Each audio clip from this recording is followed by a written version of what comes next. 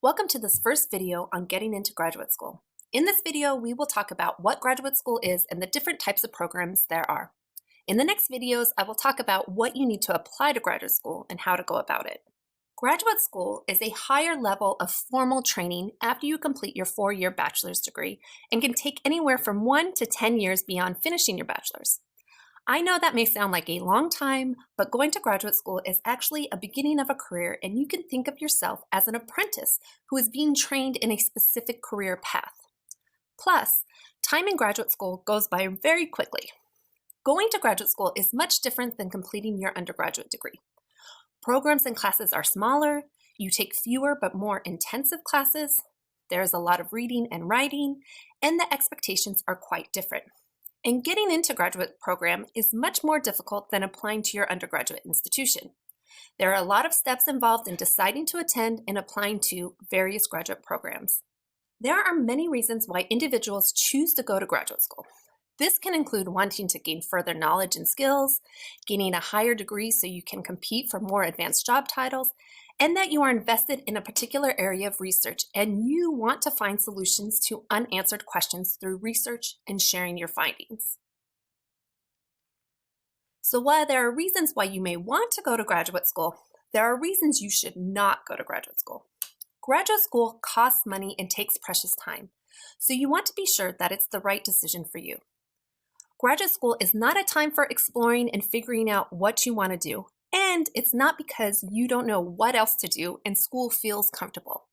While you should like school and learning well enough, simply liking to learn is not a good reason to attend graduate school. You can always learn for free with all the free resources there are today. So, this is very important. You should decide to attend graduate school because you have an end goal in mind, and the training you get will help you advance to that chosen career goal. There are thousands of different programs out there, and having some basic knowledge of the different types of degrees is key to making good decisions to help you reach your future goals. In general, there are 2 different types of graduate degrees. The first is the research degree. These graduate degrees train students on how to conduct research, including how to design research projects, ask research questions, collect and analyze data, and how to write those data up. In essence, students are trained to become scholars and contribute to theory and the academic literature. Although research skills you gain can be used outside of academia in various jobs.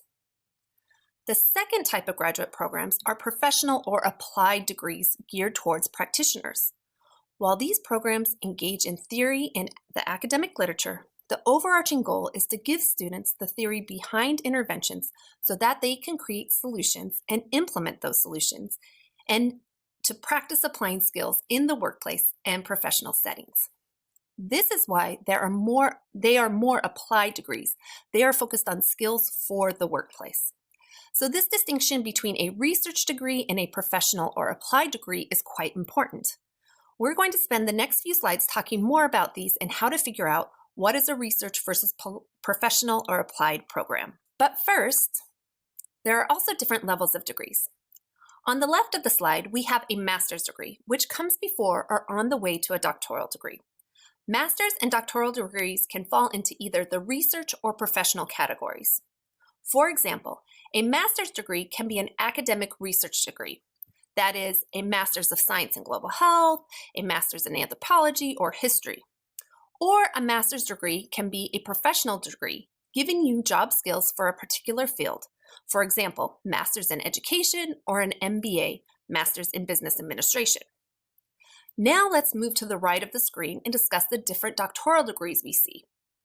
First, the PhD can be in any discipline and signifies that it is a research degree. So you can have a PhD in anthropology, global health, engineering, biology, etc.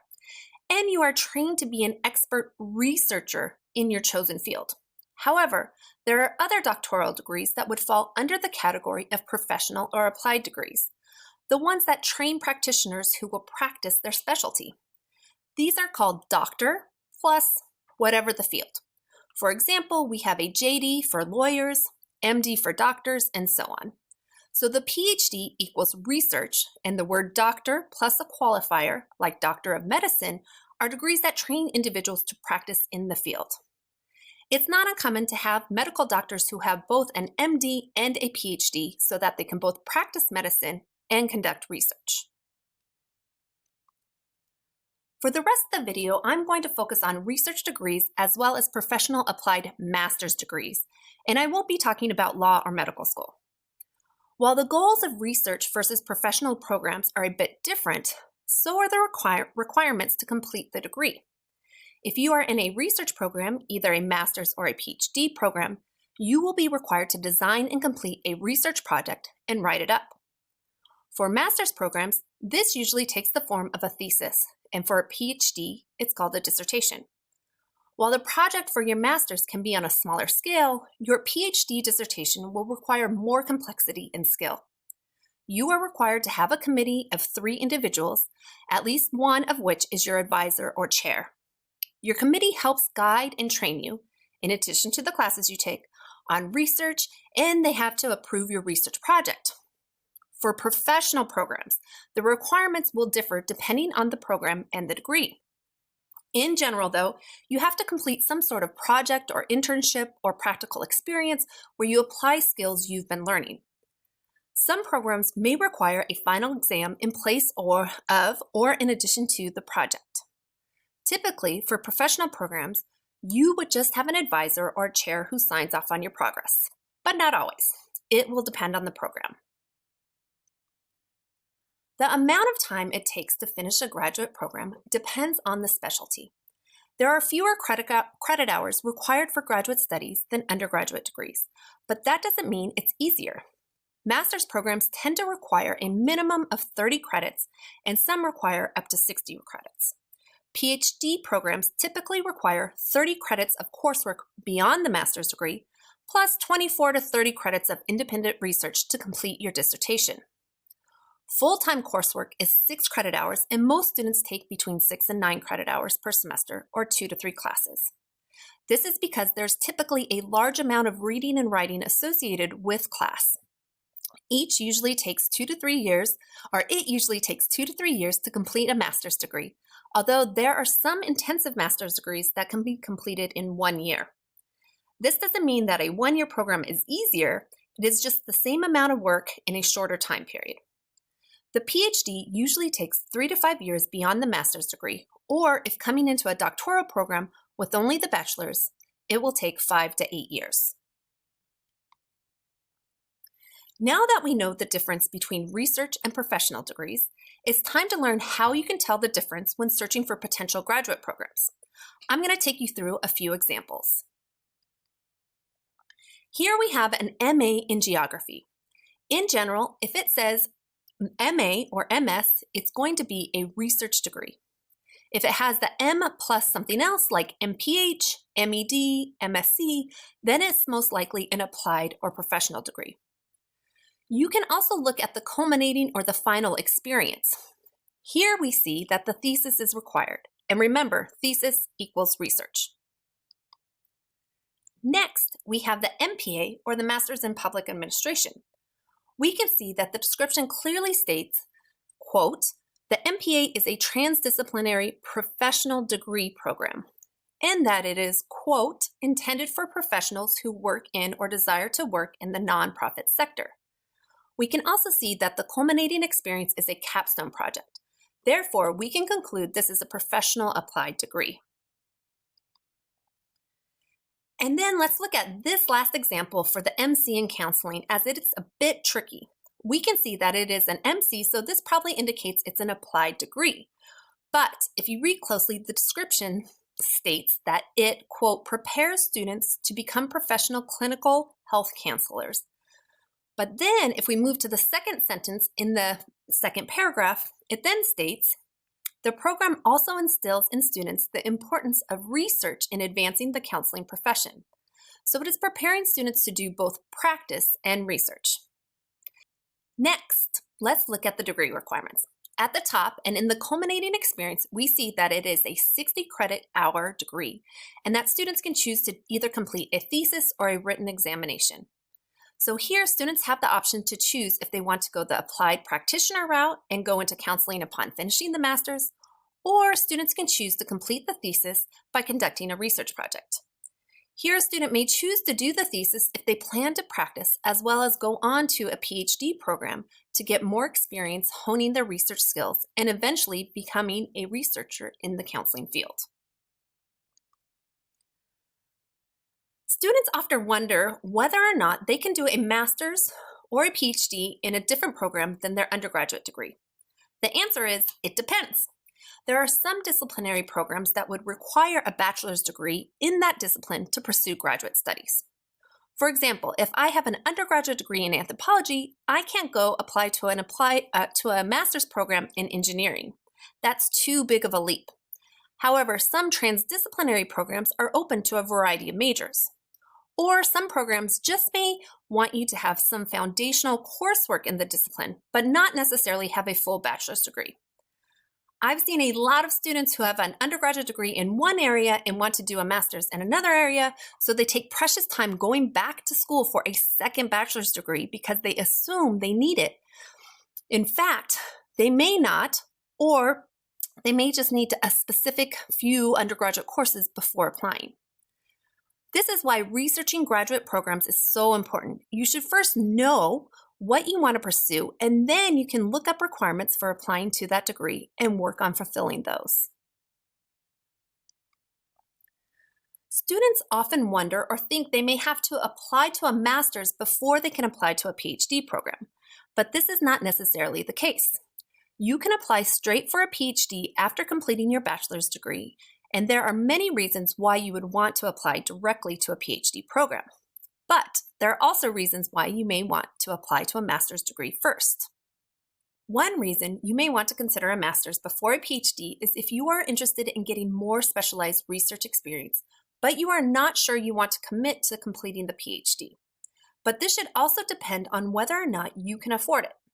In another video in the series, I discussed graduate school funding, but it is important to understand that most master's programs are not covered by scholarships or other types of financial aid, other than student loans. So if you have the funds to cover the expense of a master's degree or will be able to pay back the student loans you may take out, then pursuing the master's first may be a good idea. Another reason some students should consider the master's before a PhD is to make them more competitive. Say you have a low GPA or you haven't had much research experience as an undergraduate and/or you don't have very strong letters of recommendation.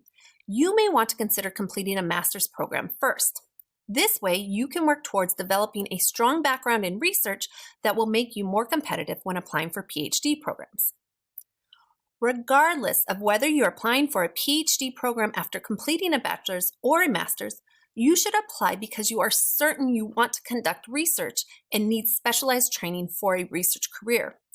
You should only apply to the PhD program if you are a competitive applicant with a high GPA, research experience, and great letters of recommendation.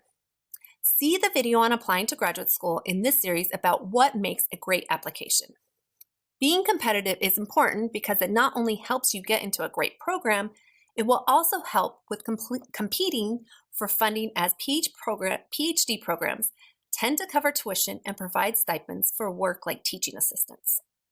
However, if you are applying to PhD programs after completing a bachelor's degree, it is wise to choose programs that have a master's in passing, meaning that you will get a master's degree after your first 2 to 3 years of coursework. This is to ensure that if, for whatever reason, you decide to stop pursuing your PhD, you will have a master's degree for your time and energy.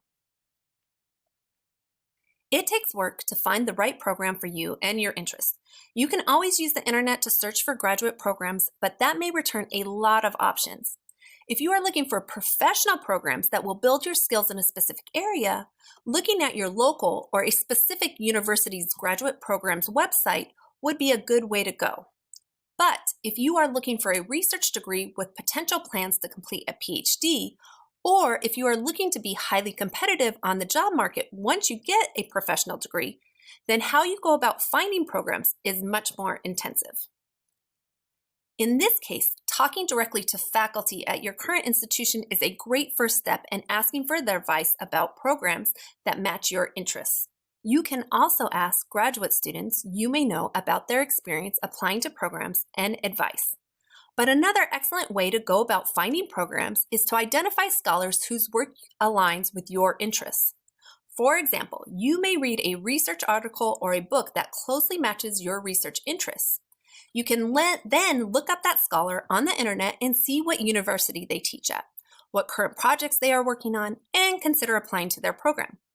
You can and should reach out to those scholars as potential faculty advisors before applying. I know that sounds scary, but remember, you are looking for a program and an advisor who will train you, and graduate school is the start of your career. So it's best to make sure the advisor and the program you are applying to will give you the education and experience to help you reach your goals. See the Connecting with Faculty for tips and tricks on how to approach this.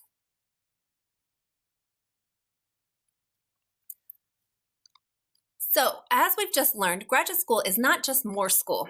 Whether you complete a master's or a PhD, or whether it is a research or professional degree, it is a path to a career. You should have a very clear purpose in mind for why you want to pursue a graduate degree, because it is a long journey and takes a lot of effort. It also takes preparation and planning to apply and get accepted into your chosen program. In the next videos, we delve into what it takes to apply and be competitive in the application process and how to fund your graduate studies.